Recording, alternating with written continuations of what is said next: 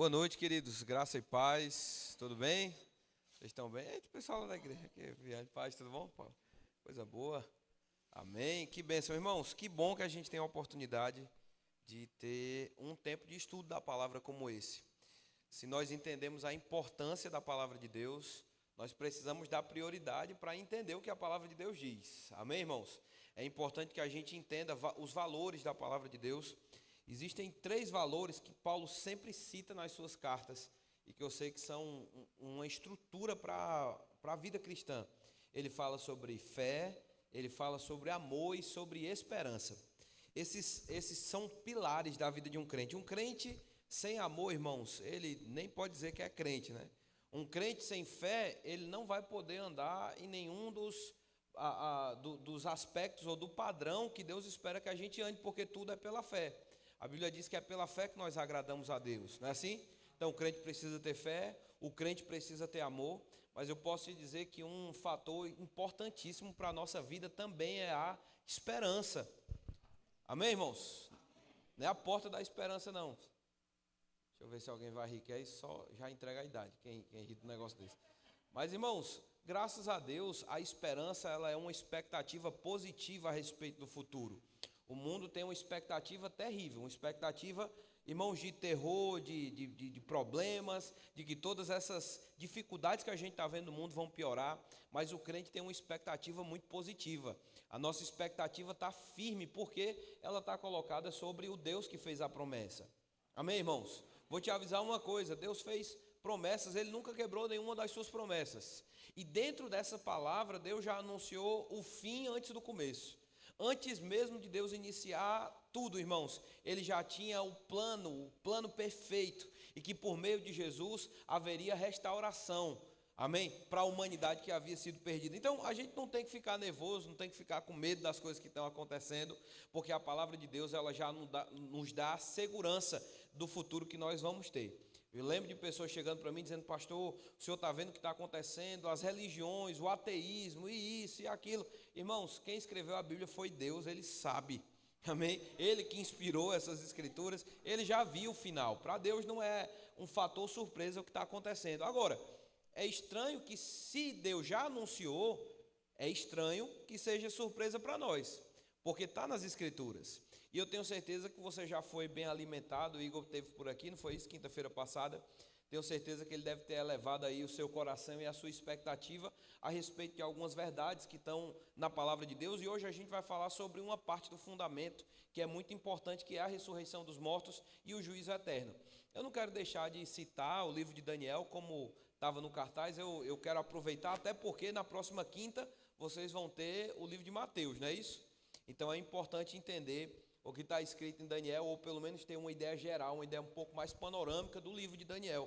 Existem, irmãos, na Bíblia, 3 livros que são, claro que mais, né? Se a gente fosse pensar sobre profecia bíblica, no Novo Testamento, a gente tem apenas 2 livros que não falam sobre a esperança, que não apontam para o futuro, ainda que de alguma forma demonstrem ou alimentem a esperança, mas 2 livros que não são de caráter claramente profético, mas a grande maioria é. No entanto, o livro de Daniel, o livro de Mateus e o livro de Apocalipse são livros que vão lidar diretamente com o futuro.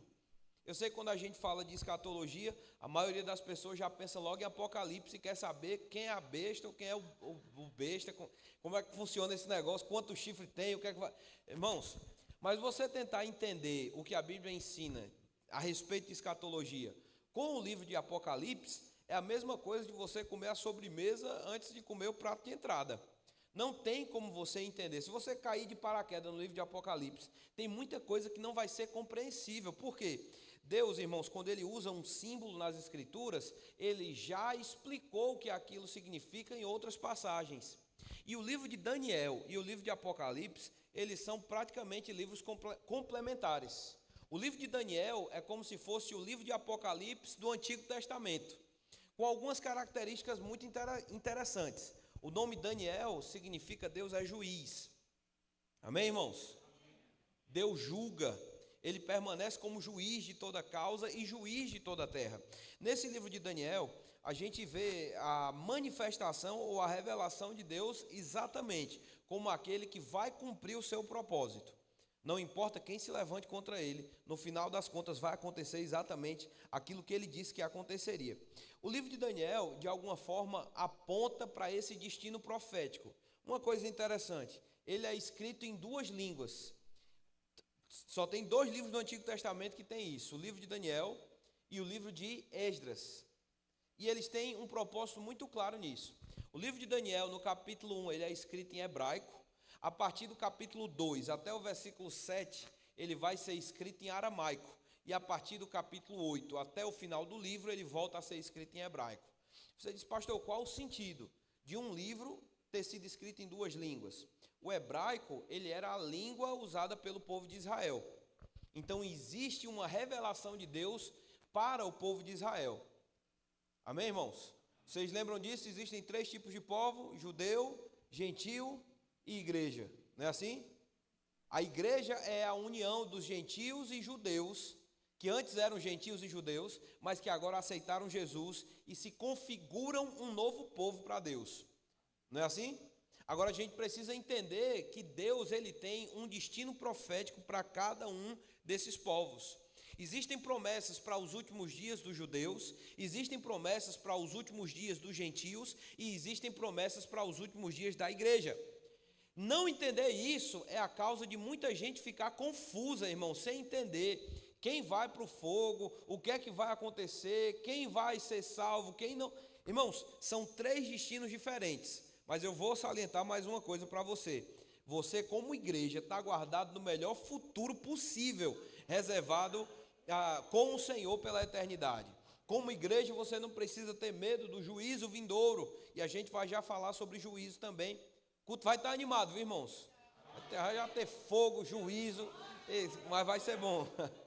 Agora, nós como igreja, irmãos, entendemos o nosso futuro por meio das cartas e por meio da revelação de Apocalipse de João. Não tem como você entender o futuro da igreja lendo o Antigo Testamento, porque a igreja ainda não havia sido criada. Não tem como nós entendermos o nosso futuro como igreja quando existem ensinos direcionados ao povo de Israel. Você diz, pastor, no Novo Testamento tem? Novo Testamento, irmãos, a gente considera a partir de Atos, tá? Eu sei que de alguma forma a gente vê o período intertestamentário entre Malaquias e Mateus, mas Mateus, Marcos, Lucas e João contam a história de Jesus andando sobre a terra, ministrando aos judeus, os judeus rejeitando Jesus, e por causa disso o reino passa para os gentios. Os irmãos estão acompanhando, gente? Está dando para entender? Eu estou falando rápido. Jesus, irmãos, ele vai falar muita coisa relacionada ao futuro dos judeus, e você vai ver isso na quinta-feira que vem. Agora, voltando para o livro de Daniel. O livro de Daniel começa a falar a respeito da... Abre aí, por favor, Daniel capítulo 1, versículo 2. A gente vai ler alguns versículos rapidinho para entrar no nosso assunto. Eu quero tentar chegar no capítulo 12, que é onde eu vou começar o assunto que eu vou falar hoje à noite. Não vai dar tempo, né? Daniel capítulo 1, versículos 1 e 2, diz: no 3º ano do reinado de Joaquim, rei de Judá, Nabucodonosor, rei da Babilônia, veio a Jerusalém e a sitiou. Aqui a gente está falando do reino de Judá e que tinha Jerusalém como sua capital. Depois que Salomão saiu do trono, Israel, ou posso dizer que a terra de Israel foi dividida entre o reino do norte e o reino do sul, sendo Jerusalém a capital do reino do sul, que era o reino de Judá. O Senhor entregou nas mãos dele Joaquim, rei de Judá, e alguns dos utensílios da casa de Deus. E Nabucodonosor levou esses utensílios para a terra de Siná, para o templo do seu Deus, e os pôs na casa do tesouro do seu Deus. Uma coisa importante, irmãos. Por que, pastor, Deus entregou o povo de Israel às mãos de Nabucodonosor? A gente não vai ter tempo para pormenorizadamente ler todos os textos. Mas o profeta Jeremias, ele vai explicar que o povo de Israel ficaria 70 anos no cativeiro por causa dos 70 anos de desobediência deles à regra de Deus, principalmente a regra do sábado, a lei sabática. Amém? Preste atenção nisso. Deus tinha dito para o povo de Israel assim: vocês vão passar 7 anos ciclos, na verdade, a contagem do tempo para o povo de Israel sempre vinha em ciclos de 7. A gente tem 7 dias formando uma semana, não é assim? Mas a palavra hebraica para semana, shavuá, ela tanto significa semanas de dias, como semanas de anos. Então, a cada 7 anos, a gente pode dizer que era configurada uma semana dessas relacionadas a anos, certo? Então, semanas tanto vai poder ser usado no contexto especialmente teológico do Antigo Testamento. Semanas de dias, segunda a domingo, né? De domingo a sábado, ou semanas de anos. Deus disse, olha, por 6 dias vocês vão trabalhar, 6 anos vocês vão cultivar na terra. No 7º ano vocês não vão fazer isso. Por quê? Esse vai ser o ano do descanso da terra. Era a oportunidade do povo de Israel mostrar que eles estavam comprometidos para obedecer a Deus. Trabalhar 6 anos, e eles não trabalhariam no 7º, e Deus supriria sobrenaturalmente o seu povo. É mais ou menos o princípio do dízimo. Deus nos dá 100%, diz, você devolve 10%, e eu vou continuar abençoando os 90% que você recebeu. Deus estava dizendo para o povo, 6 anos vocês trabalham, no 7º vocês descansam. O que eles fizeram? Desobedeceram a Deus. Eles quiseram trabalhar para ter uma colheita e para continuar produzindo. Eles acharam que eles, por eles mesmos, poderiam produzir mais do que o que Deus tinha dito. 70 anos de desobediência. Por causa dos 70 anos de desobediência, agora eles passariam 70 anos no cativeiro babilônico. Não porque Deus quis, mas por causa da desobediência do povo, ok? Dentro desse período do reino babilônico, a gente vai encontrar esses jovens que são colocados como exemplo. A gente conhece eles como Daniel, Sadraque, Mesaque e Abdinego. Mas alguns de Israel tinham sido escolhidos com o propósito de agora servir Nabucodonosor. E Daniel, de alguma forma, irmãos, fala sobre um tipo de Cristo. Ele de alguma forma, é um tipo dessa fidelidade em meio à perseguição. Do mesmo jeito que Daniel foi fiel e não se contaminou com os manjares do rei, irmão, Jesus foi enviado, resistiu todo tipo de tentação, foi fiel até a morte de cruz, não se permitiu contaminar com esse mundo. De alguma forma, Daniel é um tipo de Cristo. Os irmãos estão aqui? Não se contaminou. Capítulo 1, a gente vê os finos manjares sendo apresentados. No entanto, graças a Deus, Daniel rejeitou a todos eles, se manteve fiel e continuou provando da bênção de Deus. No capítulo 2, a gente começa a ver uma mudança no estilo de literatura, porque muda a linguagem. Começa a ser falado agora aramaico. Aramaico era a língua que o povo falava na Babilônia. Então, a Babilônia invade Jerusalém, Nabucodonosor vai para lá e agora eles estão falando a língua deles. Dentro dessa história relacionada à língua deles, Nabucodonosor tem um sonho que ele chamou os sábios da sua corte e disse, olha, eu quero que vocês me digam a revelação desse sonho, porque eu fiquei muito perturbado. E aí ele disse, para facilitar o trabalho de vocês, eu não quero que vocês me deem a revelação não, eu quero que vocês digam o sonho e a revelação. Aí já ficou mais fácil. Aí ele disse, para facilitar mais ainda, quem não disser vai morrer. Aí o pessoal ficou desesperado e saiu procurando. E agora, quem pode revelar? O que é que aconteceu? Até que de repente, irmãos, alguém leva ao conhecimento de Daniel que iria acontecer, que inclusive Daniel seria prejudicado. Ele chama os seus amigos, eles oram a Deus, ele apresenta a situação difícil que estava acontecendo e Deus traz revelação. Esse sonho de Nabucodonosor, ele vai ser importante para a gente, porque ele fala sobre o futuro, sobre o destino dos povos gentios sobre a terra. Por quê? Nabucodonosor não era judeu, ele era gentio. Deu para ele conhecimento do que aconteceria. A gente não vai ler os detalhes aqui, tá? Mas o capítulo 2 e no capítulo 7 tem duas revelações parecidas. No capítulo 2 a gente tem a visão da estátua e no capítulo 7 a gente tem a visão dos 4 animais. Na estátua, Nabucodonosor enxerga uma cabeça de ouro e depois Daniel vai dizer para ele que dentro da revelação que ele teve, a cabeça de ouro era a ideia, a imagem do próprio Nabucodonosor. Alguém que tinha um valor, uma firmeza muito grande e que ele dominaria sobre os povos. De fato, Nabucodonosor dominou sobre todo o mundo conhecido da época. Não é que ele dominou o mundo inteiro, mas tudo o que era considerado civilizado esteve de alguma forma debaixo dessa influência de Nabucodonosor. Depois, lá em Daniel, no capítulo 7, Nabucodonosor vai ser representado pelo leão que tem asas de águia.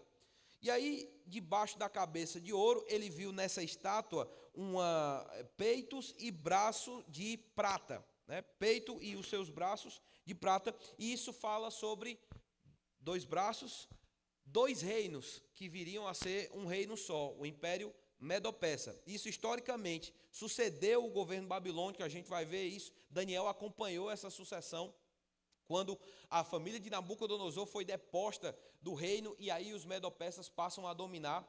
Lá no capítulo 5 de Daniel, que é dentro dessa parte mais histórica, a gente vê um dia em que o neto de Nabucodonosor estava lá numa festa. De repente uma mão, irmãos, aparece no meio do negócio e começa a escrever na parede umas palavras que eles não entendiam, e aquilo era Deus dizendo que o reinado dele estava sendo findado por causa da atitude, da idolatria e do pecado que estava acontecendo no meio deles. E aí, a partir daí, a gente vê o Império Medo-Persa chegando, que é representado em Daniel 7 pelo urso que se levanta de um lado. Depois a gente vê que o ventre da estátua que Nabucodonosor sonhou, ele tinha o ventre e os quadris de bronze. Lá em Daniel 7 é representado pelo leopardo com 4 asas e 4 cabeças. São símbolos, mas que querem dizer a mesma coisa. 3 reinos. E por último, ele viu aquelas pernas da estátua como pés de ferro e barro. Então, ele vai falar sobre uma característica de um reino diferente. Então, a gente teria o Império Babilônico, o Medo-Persa, o Império Grego, que era o ventre, e os quadris de bronze. Fala muito sobre a própria moralidade desse império. Era algo muito relacionado a parte sexual desenfreada, comportamentos que são reprováveis, e de fato se multiplicou por meio desse conhecimento grego. Mas finalmente, irmãos, esses pés de ferro misturado com barro, e que depois, lá em Daniel 7, vai dizer que era a imagem de um animal terrível, fala sobre o exército, de alguma forma, o Império de Roma, que finalmente viria, irmãos, e lá na frente a ser o exército do anticristo. Aí, no sonho que Nabucodonosor tem, quando ele vê aquela estátua, Daniel agora explica o que cada parte da estátua é. Ele vê também uma pedra que é lançada sem o auxílio de mãos, que derruba e destrói aquela estátua, e depois disso começa a virar uma grande montanha, e que estabelece algo, irmãos, grandioso, poderoso, e que não tem mais fim. E depois Daniel vai dizer, depois desses reinos vai se levantar um que vai estabelecer um reino, e o seu reinado não terá fim. Então, de forma rápida, não fique preocupado com esse tipo de futuro, irmãos, porque a gente está falando aqui sobre o destino dos gentios, e a gente está falando também sobre o destino dos judeus. A gente vai já ver a relação que Daniel vai fazer com tudo isso. Mas o fato é que existiriam impérios sendo sucedidos, mas finalmente viria um império que não teria fim, um reino que não teria fim. E esse reino fala, irmão, sobre o estabelecimento do reino de Jesus sobre a terra. Um reino que não vai ter fim. Finalmente vai haver paz e restauração sobre toda a terra. Isso acontece no capítulo 2. Capítulo 3, a gente tem o episódio da fornalha ardente. De alguma forma, irmãos, isso é um símbolo da opressão do espírito do anticristo. E aí você já deve ter ouvido, provavelmente Igor deve ter citado isso para você. Como igreja, irmãos, nós não precisamos ficar com medo do anticristo, porque a gente tem Cristo. Quem tem medo do anticristo, irmãos, é quem não tiver Cristo, porque o espírito do anticristo, ele veio para tentar destruir, para tentar desvirtuar a imagem do verdadeiro Cristo. Às vezes, quando a gente fala de últimos dias, o povo da igreja fica pensando sempre no anticristo. É engraçado, irmãos, na internet, qualquer lugar. A pessoa diz, olha, a gente vai falar sobre os últimos dias. A pessoa, e o anticristo é quem? E ele vai se vestir como? E ele vem de qual país? E nada é errado com isso, irmãos. A Bíblia também fala sobre o anticristo. Mas antes de você conhecer do anticristo, é melhor você conhecer Cristo. Saber o que vai acontecer, o arrebatamento. Entender, irmãos, que o anticristo não tem condição de se manifestar antes que Jesus arrebate sua igreja. Igor falou um pouco sobre isso, não falou? Por cima, né? Mas não se preocupe não, que vai ficar mais claro. Capítulo 5, rapidamente, a queda de Belsazar e aquela escrita na parede. No capítulo 6 a gente tem Daniel na cova dos leões. E a partir do capítulo 7 a gente vai vendo outras visões proféticas. Essa, por exemplo, dos animais. No capítulo 8 tem a visão do carneiro e do bode. E no capítulo 9 a gente chega na história das 70 semanas destinadas ao povo de Israel. Não vou me delongar aqui mais uma vez, porque eu quero chegar no capítulo 12 para a gente iniciar o culto de hoje. O capítulo 9, abre aí comigo, por favor, rapidinho. Daniel 9, a partir do versículo 1. Ele diz assim: no primeiro ano do reinado de Dário, filho de Assuero, da linhagem dos Medos, que foi constituído rei sobre os caldeus, no primeiro ano do seu reinado, eu, Daniel, entendi pelos livros que, de acordo com o que o Senhor havia falado ao profeta Jeremias, a desolação de Jerusalém iria durar 70 anos. Está lá em Jeremias 25. Se você quiser, você pode pesquisar um pouco para ver o que Jeremias falou a respeito desses 70 anos. Mas Daniel começa a ler os profetas, ler Jeremias, e aí agora ele vai orar a Deus buscando revelação, e o anjo vai chegar trazendo para ele respostas a respeito não mais dos gentios, mas a respeito do povo de Daniel, dos judeus. Preste atenção numa coisa, irmãos, na Bíblia um texto vai estar conectado ao outro. Daniel agora vai explicar o que Jeremias falou. Lá em Mateus 24, no Sermão do Monte das Oliveiras, Jesus vai explicar Daniel. Lá em Apocalipse, João vai citar tanto Mateus como Daniel. Então está tudo ligado. Não adianta você tentar estudar uma coisa separada da outra. O fato é que enquanto Daniel estudava e orava, Deus trouxe para ele revelação. Lá no versículo 24, ele vai dizer: 70 semanas estão determinadas para o seu povo. Quem é o povo de Daniel? Os judeus. Judeus era o povo de Daniel, né? Os judeus. E diz que para a sua santa cidade, Jerusalém. Para quê? Para fazer acabar com a transgressão, para dar fim aos pecados, expiar a iniquidade, para trazer justiça eterna, para selar a visão e a profecia e para ungir o santo dos santos. Saiba e entenda isso. Desde que foi dada a ordem para restaurar e para edificar Jerusalém, até a vida do ungido, o príncipe, haverá 70 semanas, 7 semanas e 62 semanas. As ruas e as muralhas serão reconstruídas, mas será um tempo de muita angústia. Depois de 62 semanas, o ungido será morto e não terá nada. O povo de um príncipe que há de vir destruirá a cidade, o santuário, o seu fim virá como uma inundação. Até o fim haverá guerras e desolações foram determinadas. Ele fará aliança com muitos por uma semana. Na metade da semana fará cessar o sacrifício e a oferta de cereais. E sobre as asas da abominação virá aquele que causa desolação, até que a destruição que está determinada seja derramada sobre ele. Vixe, pastor, e agora? É muita semana aí que está conversando. Mas vamos só entender do que ele está falando. Deus revelou para Daniel qual seria o destino do seu povo. E esse destino estava representado por essas 70 semanas. Diga comigo, 70 semanas. Quantas semanas eram?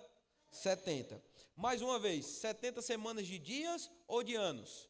A gente vai ver, irmãos, o quanto faz mais sentido ser relacionado a anos. Por quê? Jerusalém estava destruída porque Nabucodonosor destruiu, Dario terminou de trazer assolação sobre Jerusalém. Irmãos, a cidade estava caos. E o que acontece? Deus levanta, você vai ver tanto no livro de Esdras como no livro de Neemias. Deus levantando um para reconstruir os muros de Jerusalém e o outro para levantar, né, para reerguer a cidade. Amém? Versículo 24 que a gente leu.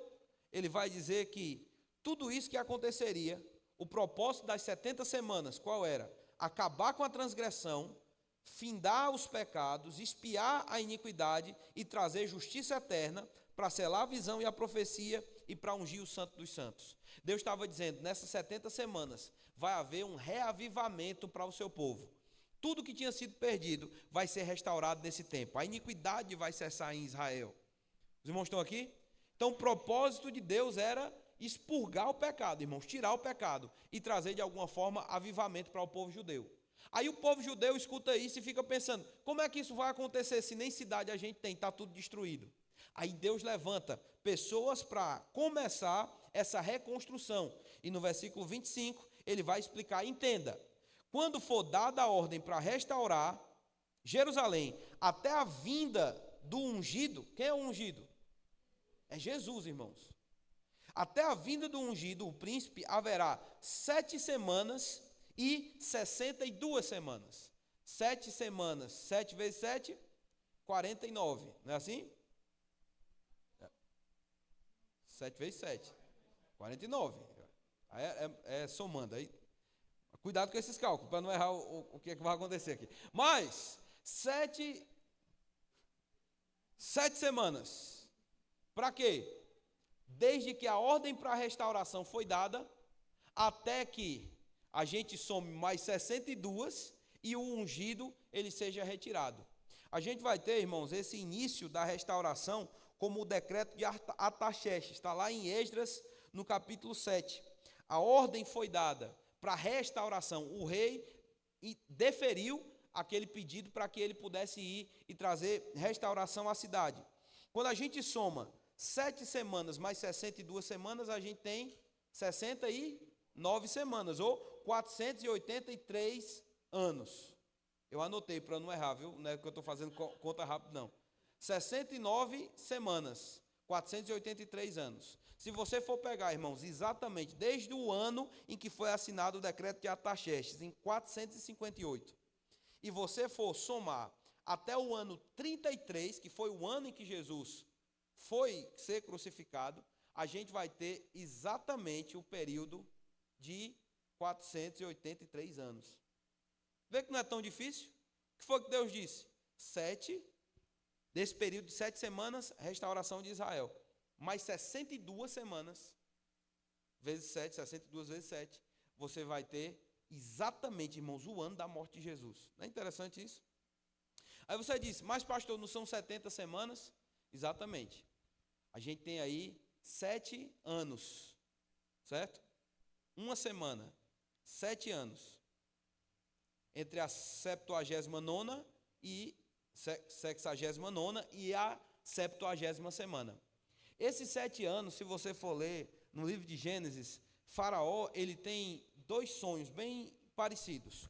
Um de 7 vacas magras e outro de 7 vacas gordas. Mas que as 7 vacas magras comem as 7 vacas gordas. Depois ele vai ver um feixe, os 7 feixes.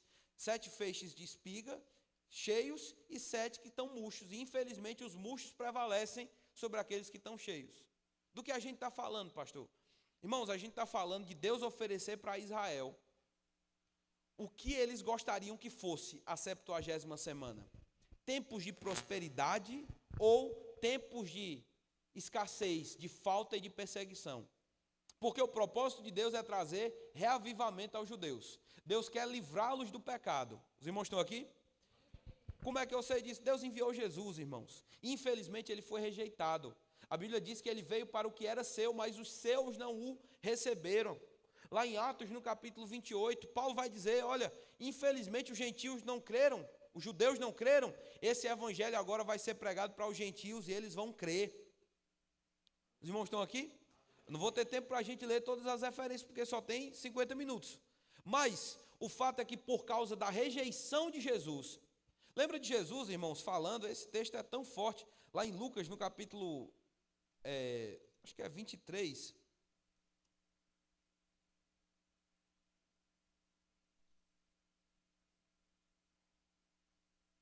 rapidinho, deixa eu só achar aqui esse texto. 23, não. Peraí, tá na Bíblia, eu li essa semana, bicho. Peraí, só um minutinho.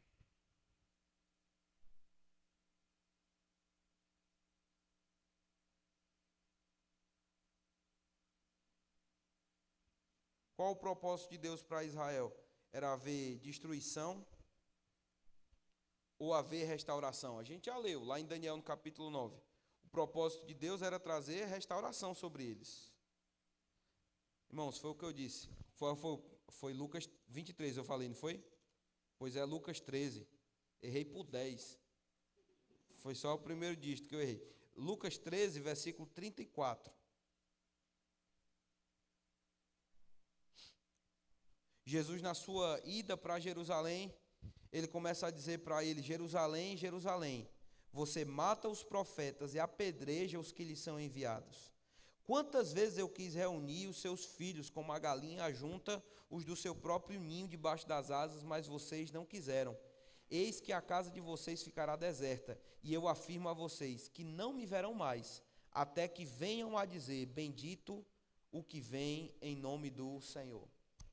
Irmão, se fosse qualquer outro, já teria desistido de Israel, por causa da incredulidade deles, no guiar, nas promessas e tudo isso, mas Deus não desistiu de Israel, porque Deus fez uma promessa para Abraão. Irmãos, Deus é fiel, viu? Deus é fiel. O que ele prometeu para Abraão, ele vai cumprir. Rapaz, por quê, pastor? Porque é da natureza de Deus fazer assim. Agora, o povo de Israel, infelizmente, rejeitou. Agora, uma coisa importante que a gente tem que saber sobre Deus. Algumas pessoas acham que Deus está predeterminando tudo que acontece. Em outras palavras, pastor, aquela pessoa caiu, é porque Deus fez com que aquela pessoa caísse. Não, irmãos, Deus, ele já viu o que aconteceu. Deus não está no tempo como a gente está. Deus está olhando para o tempo de fora do tempo, ele está na eternidade. Amém, irmãos? Então, quando Deus olha para você, ele sabe o teu presente, passado e futuro. Aí você diz, é porque Deus determinou isso? Não, irmãos, é porque ele viu. Os pré-anúncios de Deus é porque ele já viu o que aconteceu, mas que para nós ainda não chegou.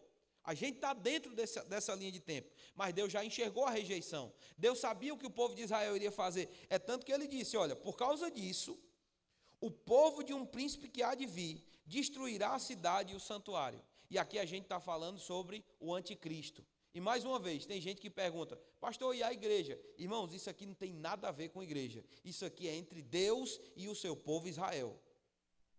Amém? E entre Deus e os gentios, a gente vai já ver, existe um juiz específico sobre os gentios. Os gentios que estiverem vivos no dia da segunda vinda de Jesus, eles também vão ser julgados. E vai ser separado, irmãos, de um lado direito e do lado esquerdo. E vai haver condenação ou preservação para aqueles que de alguma forma receberam o testemunho de Jesus, mesmo sendo judeus, mesmo durante o período da tribulação. Agora, versículo 27. Ele fará aliança firme com muitos. Ele quem? O anticristo aqui. O abominável da desolação, como a gente vai ver no verso 27. Fará aliança com muitos por uma semana, ou 7 anos. E na metade da semana fará cessar o sacrifício e a oferta de cereais. Esse anticristo, irmãos, é alguém que vai se levantar e vai conseguir trazer paz no Oriente Médio. Imagina isso. Um líder que chega e consegue ser aceito pelos judeus, consegue ser aceito, por exemplo, pelas nações muçulmanas hoje. Alguém que vai conseguir trazer paz para todo mundo. E todo mundo vai dizer, rapaz, esse homem é um homem de paz. Só que durante 3 anos e meio vai aparecer uma falsa paz. Só que 3 anos e meio, na metade da semana, essa paz vai ser destruída. Porque ele vai se assentar no templo e vai exigir a adoração por parte dos judeus. E aí vai se iniciar um período que lá em Apocalipse, quando vocês estão no Apocalipse, vocês vão ver que é conhecido como a grande tribulação. A tribulação durante 7 anos, mas a grande tribulação nos últimos 3 anos e meio. Agora, tudo isso está sendo revelado para o povo de Israel com que propósito? Em primeiro lugar, irmãos, Deus queria prepará-los para a vinda de Jesus. Deus queria que o povo de Israel acatasse o testemunho que lhes seria dado. No entanto, a gente sabe que não aconteceu. Lá no capítulo 10 e no capítulo 12, a gente vai ver Daniel tendo essa visão desse grande conflito que aconteceria. Ele busca a revelação a Deus, ele ora, jejuma, o anjo traz algumas informações importantes, mas eu quero que você vá comigo para o capítulo 12. Só quero quis demonstrar de forma o mais rápida possível aqui, irmãos, que Daniel, é uma parte, uma peça importante que deve ser ligada com Mateus, porque agora em Mateus, Jesus vai trazer mais informação para a gente a respeito dos últimos dias. Mas aqui no capítulo 12, no versículos 1, ele diz: neste tempo se levantará Miguel, o grande príncipe, o defensor dos filhos do povo de Deus, e haverá tempos de angústia. Ele está falando mais uma vez para o povo de Israel, como nunca houve, desde que existem nações até aquele tempo. E naquele tempo o povo de Deus será salvo, todo aquele que for achado inscrito no livro. Muitos dos que dormem no pó da terra ressuscitarão, uns para a vida eterna e outros para a vergonha e horror eterno. Os que forem sábios resplandecerão como o fulgor do fundamento, e os que conduzirem muitos à justiça brilharão como as estrelas sempre e eternamente. Quanto a você, Daniel, encerre as palavras e cele o livro até o tempo do fim. Muitos correrão de um lado para o outro e o saber se multiplicará. O anjo disse para ele: Daniel, pega as palavras que eu te dei e sela, porque ainda não é o tempo. Quando você pega o livro de Apocalipse vai terminar dizendo: olha, não cele as palavras desse livro. Pelo contrário, leia, tem uma bem-aventurança para quem lê o livro de Apocalipse. Quantos aqui já receberam essa bem-aventurança? Levante a mão, não. Não, tá bom, só Deus está vendo. Se você não leu ainda, depois leia com mais calma. Mas olha o que Daniel está falando aqui, irmãos, o nosso tema, né? Muitos dos que dormem no pó da terra ressuscitarão. É interessante que alguns crentes não tenham consciência desse assunto, irmãos, mas a Bíblia aponta a ressurreição como a principal doutrina do Novo Testamento. Sem a ressurreição, nem salvo a gente seria. Porque se nós não entendermos o que foi a ressurreição, a gente nunca vai entender o que foi a obra de Jesus. O quão grave foi o fato dele ter morrido a nossa morte, mas graças a Deus ter ressuscitado para a eternidade. Hebreus, no capítulo 6, se você está anotando, a Bíblia fala sobre as doutrinas básicas de Cristo Jesus, ou os fundamentos da doutrina de Cristo. E parte desses fundamentos é a ressurreição dos mortos e o juízo eterno. Ah, pastor, eu não gosto de falar sobre essas coisas. Lá em Atos, você vai ver Paulo evangelizando, e sempre que Paulo evangelizava, ele avisava para esse povo: olha, Deus está notificando para você, para que você se arrependa, porque haverá um dia de juízo. Amém? Vai haver o dia de prestação de contas. E é importante que a gente saiba como se posicionar nessa vida, para que nós não estejamos com medo do que vai acontecer. Irmãos, tem crente que tem medo de falar sobre essas coisas.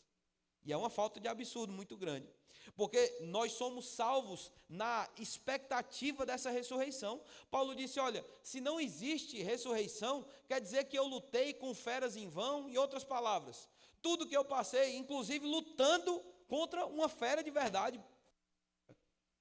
tudo foi em vão se Cristo não ressuscitou, se não existe ressurreição dos mortos. A gente viu aqui em Daniel, vai lá comigo para Isaías. Isaías capítulo 26, versículo 19. Os irmãos estão aqui? Está tudo certo ainda, né? Ele diz: os teus mortos e também o meu cadáver viverão e ressuscitarão. Despertem e cantem de alegria, vocês que habitam no pó, porque o teu orvalho, ó Deus, será como orvalho de vida, e a terra dará luz aos seus mortos. O próprio Jó, irmão, chega a falar isso, quando ele diz: olha, eu sei que o meu Redentor vive, e que por fim se levantará sobre a terra, e eu, em meus olhos, revestido em minha carne, verei. Irmãos, que coisa maravilhosa. Jó estava falando: eu tenho uma expectativa de que no meu corpo um dia eu ainda vou ver o Salvador. Agora, lá em João, no capítulo 5, abre aí comigo, a gente vai ver Jesus falando. Eu só estou te dando fundamento para que você entenda o quão enraizado está nas Escrituras. João, no capítulo 5, a partir do versículo 21.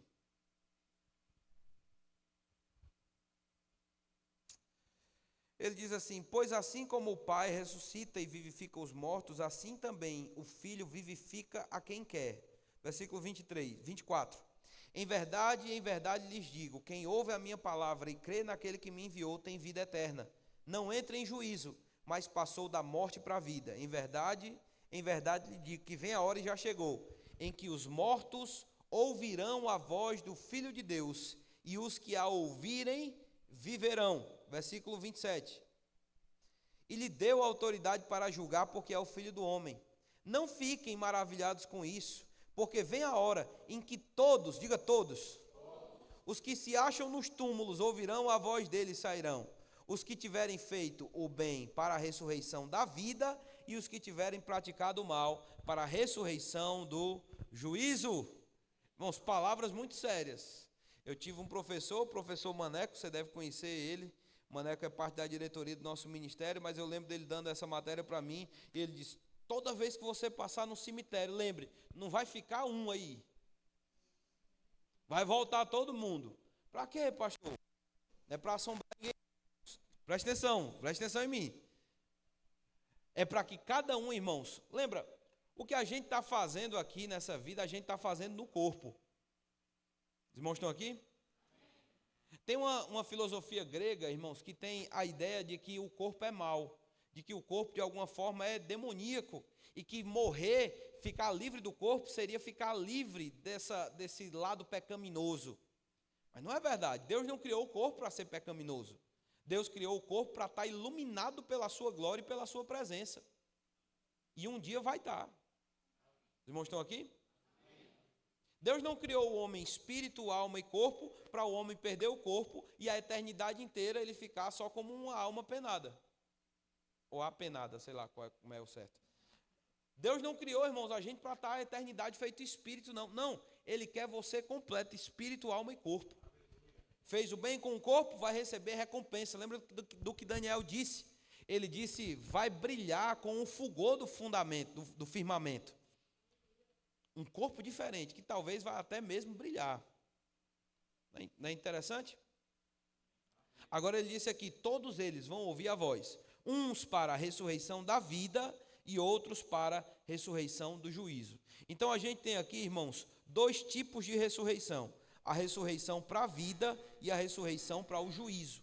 Lá em João 11, quando Jesus está falando com Marta sobre Lázaro que morreu, ele vai falar sobre a ressurreição dele, e aí ela diz, Senhor, eu sei que ele vai ressuscitar no último dia. Não era sobre isso que Jesus estava falando naquela hora, mas ela sabia que haveria uma ressurreição para a vida. Que ressurreição para a vida é essa? Está lá em 1 Coríntios, no capítulo 15, abre sua Bíblia aí, por gentileza. Esse capítulo 15, irmãos, é um capítulo que todo crente tem que ler várias vezes durante a sua caminhada cristã para ficar com muita animação a respeito do futuro mesmo.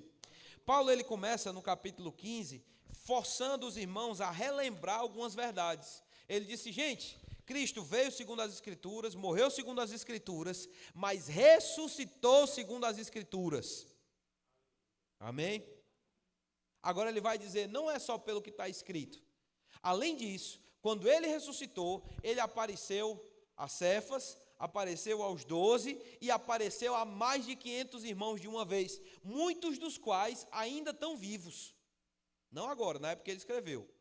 E aí, imagina o peso disso para a igreja, irmãos. Porque hoje a gente fala da ressurreição como algo que aconteceu 2000 anos atrás. Mas quando Paulo estava escrevendo sobre a ressurreição, ele estava dando certeza. Ele disse, gente, ele ressuscitou porque está escrito que ele ressuscitaria, mas mais do que isso, pergunta aos irmãos aí, pergunta ao irmão Francisco, pergunta ao irmão Márcio que viu ele. Os irmãos estão entendendo? No dia que ele apareceu para todo mundo, era algo verificável, irmãos. A ressurreição de Jesus era algo que podia ser provada nesse aspecto, assim como pode ser provado historicamente hoje. Por que todo mundo acha o corpo de todo mundo, irmãos, que era personagens famosos aí, mas não encontram o corpo de Jesus? Encontram utensílios, encontram registros, encontram casa, encontram história, mas não encontram o corpo. Porque o corpo dele não está aqui, irmãos. O corpo dele está à direita de Deus, nas regiões celestiais. Ele ressuscitou no corpo. E aí Paulo está enfatizando isso, gente. A ressurreição tem que acontecer no corpo. Lá no versículo 13. Como é que estão dizendo entre vocês que não existe ressurreição dos mortos? Ora, irmãos, hoje a gente tem uma doutrina terrível, diabólica, que é exatamente contrária à doutrina da ressurreição, que é a doutrina da reencarnação. E, infelizmente, muita gente acredita em reencarnação, inclusive gente dentro da igreja. Por quê? Porque assistiu a novela do Alexandre. Isso é velho, viu? Pessoas pensando, não, pastor, mas aí, talvez a pessoa vai lá, aí recebe um juiz. Não, irmãos, deixa eu te avisar uma coisa. Hebreus vai deixar claro que uma vez que o homem morreu, segue-se o juízo. Não tem essa de voltar para ter uma segunda chance, não. A chance que você tem de aceitar Jesus e de viver para Deus é agora. É por isso que, se por um lado nós temos esperança no futuro, irmãos, nós temos pressa no presente. A gente tem muito o que fazer enquanto nós estamos no corpo. Os irmãos estão aqui? Calma que eu já estou finalizando, tá? Agora, Paulo vai dizer para eles aqui, irmãos, versículo 13. Gente, se não há ressurreição dos mortos, então Cristo não ressuscitou. Se você acha que é impossível, que não existe ressurreição, você não tem como ter fé na ressurreição de Jesus. Se você crê em encarnação, você nem tem como crer que Jesus ressuscitou. Porque ressurreição é contrário de encarnação. Os irmãos estão entendendo? Ah, não, pecou, vai e volta em forma de outra coisa. Não existe isso, irmãos. Não existe. Os irmãos estão aqui? Ah, não vou matar aquele escorpião ali não, porque vai que... Não, irmãos, mate o escorpião aí. Não, Deus está vendo, eu não vou entrar nesse aspecto aí não. Versículo 14. Se Cristo não ressuscitou, é vã a nossa pregação e vã a nossa fé. Mas vamos lá para o versículo 19, para a gente começar a ficar sério agora. Ele diz, porque se a nossa esperança em Cristo se limita apenas a esta vida, ou seja, se a gente não crê em ressurreição, somos as pessoas mais infelizes desse mundo. Por quê? Porque a gente está vivendo, irmãos, uma vida separada para Deus. Ok? Se tudo que existe, irmãos, é o presente, de alguma forma, a gente vai estar mortificando o corpo e não vai ter futuro para o amanhã. Mas, irmãos, graças a Deus, ressurreição é real. Um dia todo mundo vai ressuscitar. E o nosso trabalho, irmãos, se você está em Cristo, você vai ressuscitar para a vida. Pode ter certeza.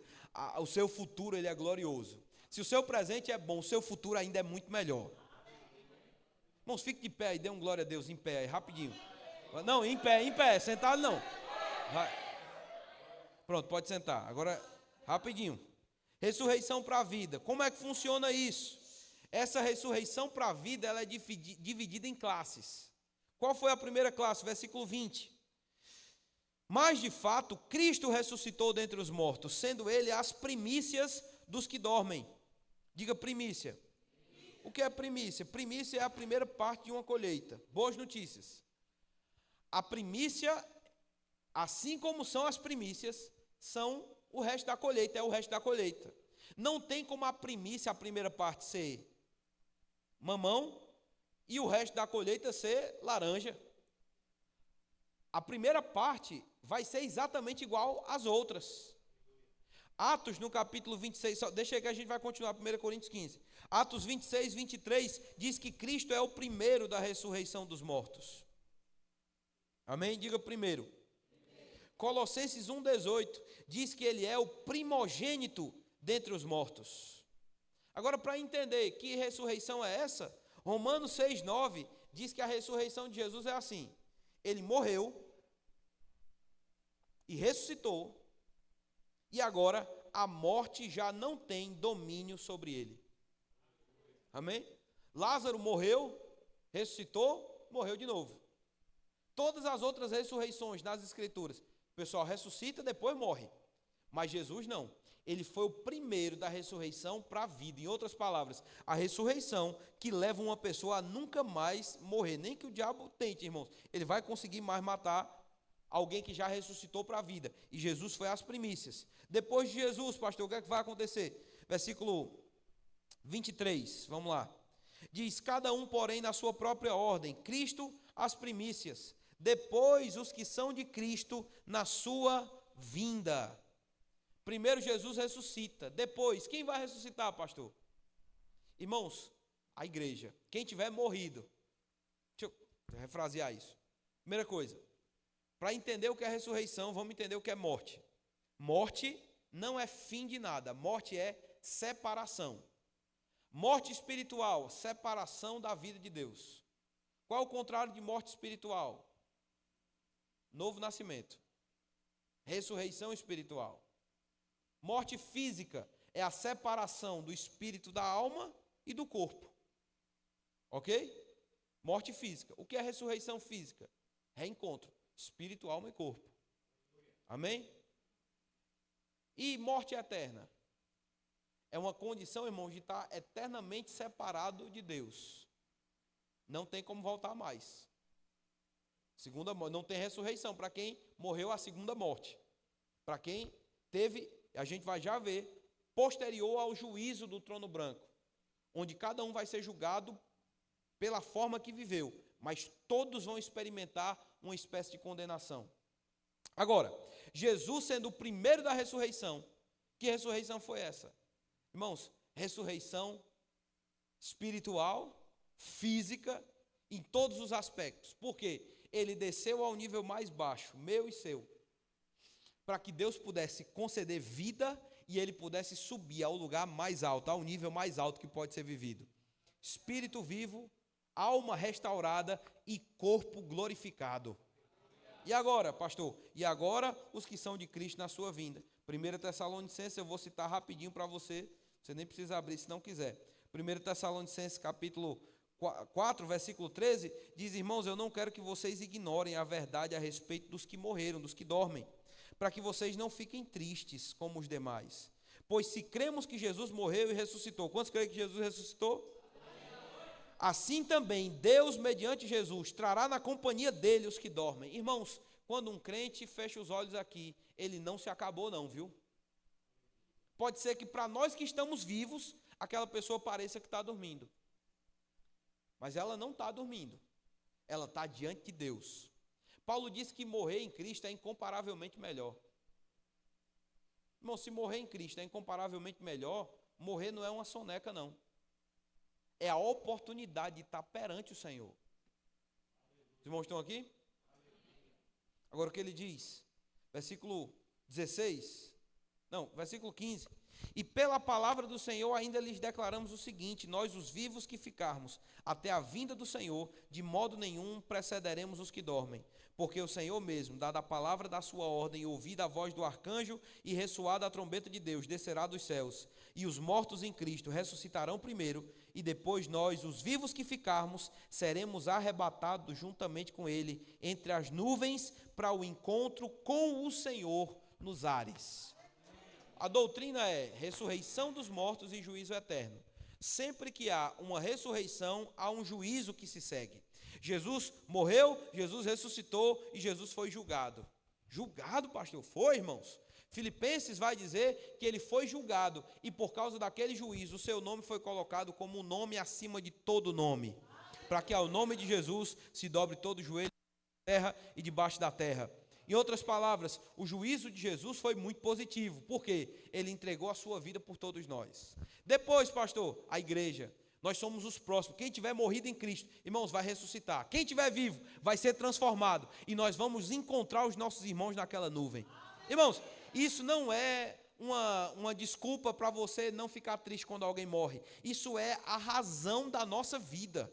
Se isso não for verdade, irmãos, não faz sentido nenhum ter igreja. Se isso não for verdade, não faz sentido nenhum você estar vivendo uma vida para Deus, separado do mundo. Porque essa é a nossa bendita esperança, irmãos. Pastor, a ressurreição dentre os mortos. Porque é ela que vai nos dar a condição de um dia estarmos perante o Senhor.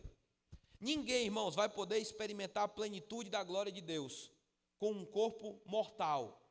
E eu vou já mostrar para você esse texto. Lá no versículo, a gente está lendo 1 Coríntios 15. Vamos lá, rapidinho. Primeiro Cristo, depois a igreja. Versículo 35. Mas alguém dirá: como ressuscitam os mortos? Em que corpo vem? Insensato. O que semeias não nasce se primeiro não morrer. E quando semeias, não semeias o corpo que há de ser, mas o simples grão de trigo ou de qualquer outra semente. Mas Deus dá Corpo como lhe aprouve dar, cada uma das sementes, o seu corpo apropriado. Aí, versículo 41, ele diz: um é a glória do sol, outro é a glória da lua, outro é a glória das estrelas, e até entre estrela e estrela há diferença de esplendor. Pois assim também é a ressurreição dentre os mortos. Olha o que ele vai dizer agora, para a gente finalizar, irmãos. Semeia-se corpo na corrupção, ressuscita na incorrupção. Semeia-se em desonra, ressuscita em glória. Semeia-se em fraqueza, ressuscita em poder. Semeia-se corpo natural, ressuscita corpo espiritual.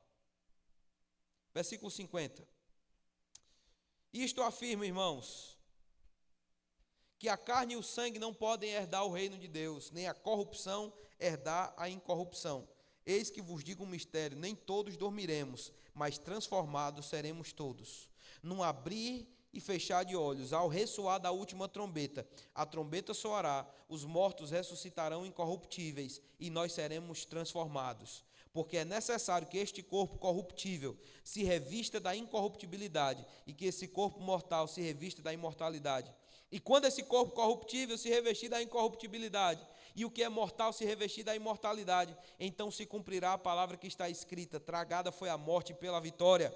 Onde está a morte, a tua vitória? Onde está a morte, o teu aguilhão? O aguilhão da morte é o pecado, e a força do pecado é a lei. Mas graças a Deus que nos dá vitória por intermédio de nosso Senhor Jesus Cristo. Em outras palavras, irmãos, você vai semear esse corpo, talvez partindo antes e sendo ressuscitado, ou melhor ainda, e essa é a nossa esperança. Paulo chega a dizer: nós os que estivermos vivos. Então Paulo desejava estar vivo na vinda de Jesus. Todos nós vamos semear esse corpo e vamos receber um corpo glorioso, irmãos. Não vai dar tempo de ler tudo, mas a questão é: por que um corpo glorificado, pastor? Para que o teu corpo possa enfrentar o juízo que há de vir. Que juízo, pastor? Irmãos, o tribunal de Cristo. Jesus foi julgado e ele foi tido como nome sobre todo nome. A igreja vai ser julgada. Pastor, tem perigo de eu ser condenado? Não, irmãos. Uma vez que você está em Cristo, não há mais condenação alguma para quem está em Cristo. Eu conheço crentes, irmãos, que têm medo de um dia chegarem diante de Deus. E eu era de uma igreja onde o pessoal dizia: rapaz, o juízo final, Deus vai mostrar a tua vida, um telão, um data show. A igreja todinha vai assistir, vai ver: olha, rapaz, não é que o bicho estava falando do pastor?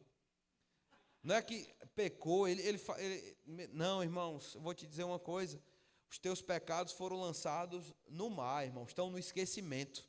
Deus não vai ficar lembrando, Deus não está acumulando para um dia trazer vergonha, não, irmãos. Em Cristo Jesus você foi perdoado, e perdoado de uma vez por todas. Mas o que vai ser o tribunal de Cristo, irmãos? Vai ser o dia de você receber galardão. E o corpo glorificado é porque o galardão que Deus vai te dar só pode ser recebido por um corpo que não se corrompe mais. Se você der uma carreira mais rápida, irmãos, você pode prejudicar o seu corpo. Vê o tanto de atleta com lesão. Não é assim? O cara tem um corpo top, vai fazer um exercício, ainda corre o risco de se lesionar. Eu nunca me lesiono. Os irmãos estão rindo. Eu jogo xadrez, eu sou esportista, não é assim não. Mas, irmãos, mesmo o melhor dos corpos corruptíveis está sujeito a passar por dificuldade aqui. Mas, irmãos, um dia Deus vai nos dar um corpo tão glorioso, que vai suportar a sua presença e o seu prazer sendo compartilhado com o nosso coração.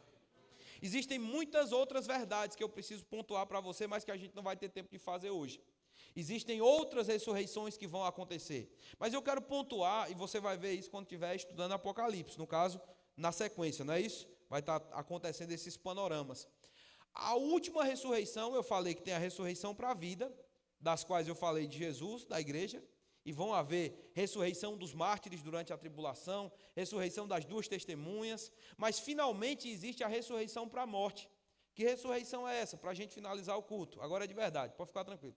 Apocalipse, abre aí comigo rapidinho no capítulo 20, eu não posso deixar de pontuar isso, irmãos, porque isso nos traz uma grande responsabilidade.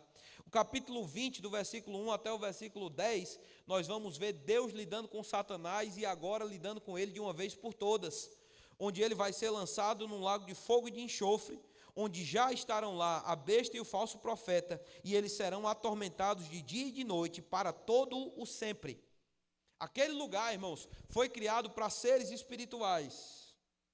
Ok? Versículo 11 diz: vi um grande trono branco, e esse trono branco, irmãos, não é o juízo que nós vamos encontrar. O nosso é o que a Bíblia chama de bema, o lugar onde os atletas sobem para receber galardões. Amém? Já viu o pódio das Olimpíadas? Ninguém sobe lá para ser desqualificado. Quem sobe, sobe para ser recompensado. Amém, irmãos? Salvação é pelo que Jesus fez, mas galardão é pelo que nós fazemos agora, pelas nossas obras aqui, pelo quanto do plano de Deus nós cumprimos. Agora olha esse trono branco, e aquele que está assentado nele, a terra e o céu fugiram da sua presença e nem se achou lugar para eles. Vi também os mortos, grandes e mortos pequenos, que estavam em pé diante do trono. Então foram abertos os livros, e ainda outro livro, o livro da vida, foi aberto. Os mortos foram julgados segundo as suas obras. Irmãos, nós somos salvos pela obra de Jesus, ok? E só por causa disso nós somos salvos. Não é pelas nossas obras. Não é porque você não atirou o pau no gato. Não é porque você ajudou o velhinho a atravessar a rua. Isso não dá salvação. Só a obra de Jesus dá salvação. Então, quando o livro das obras desse povo se abre, o que é encontrado? Saldo insuficiente para a salvação. Os irmãos estão aqui? E as obras deles vão servir para quê, pastor? Para graduar o nível de sofrimento e punição que eles irão enfrentar pela eternidade. Olha o que ele diz: os mortos foram julgados segundo as suas obras, conforme estava escrito no livro. O mar entregou os mortos que nele estavam, a morte e o inferno entregaram os mortos que nele haviam. Então, nota que para o julgamento do trono branco, até mesmo o inferno, o Hades, vai liberar aqueles que já morreram. Talvez não está no corpo, mas a morte vai entregar esse povo. O Hades vai entregar para que haja um juízo final. Aí ele diz, versículo 14: então a morte e o inferno também foram lançados no lago de fogo. Esta é a segunda morte, o lago de fogo. E se alguém não foi achado no livro da vida, esse tal foi lançado no lago de fogo. Irmãos, isso não é uma história. Isso é o que vai acontecer aos nossos olhos. Para Deus, ele já viu acontecendo. E aí, por que o senhor está falando isso, pastor? Se nós não vamos estar no meio desse povo. Irmãos, nós temos responsabilidade de pregar o evangelho. Pregar o evangelho não é uma opção, não é quando eu achar que é conveniente. A nossa vida aqui deve ser com o propósito de testemunhar Jesus. Uma pessoa morrer, irmãos, prematuramente é um prejuízo. Mas eu vou te dizer, permanecer eternamente afastado de Deus, em um lugar que Deus criou para atormentar seres espirituais, né? Seres de uma magnitude diferente. Não foi, irmãos, o homem não foi criado para esse sofrimento eterno. Não foi criado. Imagina uma pessoa sofrer em um lugar onde ela não consegue saber o que está atormentando ela. Jesus falou sobre um lugar onde o verme não morre, onde há choro e ranger de dentes, onde há remorso pelas oportunidades perdidas. Porque no inferno, irmãos, e na eternidade, eu posso dizer, o lago de fogo e enxofre, a pessoa não vai ter a mente apagada, não. Ela vai lembrar cada oportunidade que ela teve de aceitar Jesus e não aceitou. Isso é grave, irmãos. Mas nós estamos aqui e nós podemos ser o impedimento entre essas pessoas que estão aí fora e esse destino eterno. Para nós, pastor, irmãos, tribunal de Cristo, eternidade com o Senhor, glória permanente, prazer nele e ele tendo prazer em nós. Se aqui embaixo, irmãos, alguma coisa acontece e te deixa chateado, irmãos, coloca os seus olhos na eternidade. Meu Deus do céu, nada que o diabo faça, irmãos, vai tirar o sabor e a glória que está revelada para nós no nosso futuro. Os irmãos estão aqui, irmãos? Um crente morrer prematuramente, eu sei que é um prejuízo. Mas eu vou te dizer, irmão, se morreu em Cristo, essa pessoa está guardada e a glória de... Ah, meu Deus do céu. Se eles pudessem mandar um recado, eles iam dizer que iam estar torcendo por nós, orando por nós. Eu não sei se os irmãos entendem, não é doutrinário isso que eu estou falando não, viu? Eu estou só dizendo, Somos nós que estamos aqui, irmãos, ainda em uma espécie de caminhada. Mas quem partiu no Senhor, irmãos, está melhor, está com o Senhor, está sendo consolado. Agora, nós temos responsabilidade com a nossa vida e com a vida das pessoas que Deus tem delegado para nós. Amém? Você recebeu algo hoje à noite? Se você puder, estava sendo transmitido, pastor, vai ser gravado? Não. Está sendo não, né? Está sendo gravado? Ou transmitido? Gravado, né? Então, em algum momento, irmão, você vai ter a oportunidade de ouvir. Você pode ouvir novamente, vai com calma, anota os textos que a gente citou aqui. Mas o que eu posso te dizer é que, irmãos, está com Cristo. Na eternidade, não tem comparação. Mas viver hoje, debaixo dessa consciência e dessa segurança, irmãos, nos livra de uma zona onde o diabo pode atormentar a nossa cabeça. Porque eu vejo, irmãos, eu vi pessoas brigando no trânsito agora, choveu um pouquinho em João Pessoa, o povo bate e o povo começa a brigar, querendo matar um outro por causa de um pedaço de metal. Irmãos, a gente não está nessa briga não, aqui embaixo, por causa de coisas. Quantos estão entendendo, irmãos? A gente está falando de eternidade. Não vale a pena, irmãos. Deus está vendo. Vamos orar. Pai amado, eu te agradeço pela vida dos meus irmãos. Obrigado pelo coração deles, Pai, de ouvir a sua palavra e de compreender as verdades relacionadas ao futuro. Eu te peço que o Senhor conceda, Pai. Eu sei que nós falamos aqui em pouco tempo muita coisa, mas eu peço que o Espírito Santo traga para eles a palavra adequada, uma lembrança, um lembrete, para que a vida possa ser vivida com intensidade no Senhor aqui embaixo, sabendo que da nossa consagração, Pai, sabendo que da nossa entrega, a vida de muitas pessoas está conectada. E eu te peço que no nome de Jesus o Evangelho seja pregado, Pai, ainda com mais força e mais vigor, para que o propósito do Senhor venha a ser cumprido na vida dos meus irmãos. Eu declaro paz, eu declaro graça e eu declaro alegria, Pai, a respeito dos dias que estão por vir, sabendo que nós temos uma vida que há de ser manifesta quando Jesus se manifestar em glória. Nós te damos graças por essa noite, em nome de Jesus. Amém, amém. Pode sentar, pastor. Muito obrigado pelo convite. Uma grande bênção para mim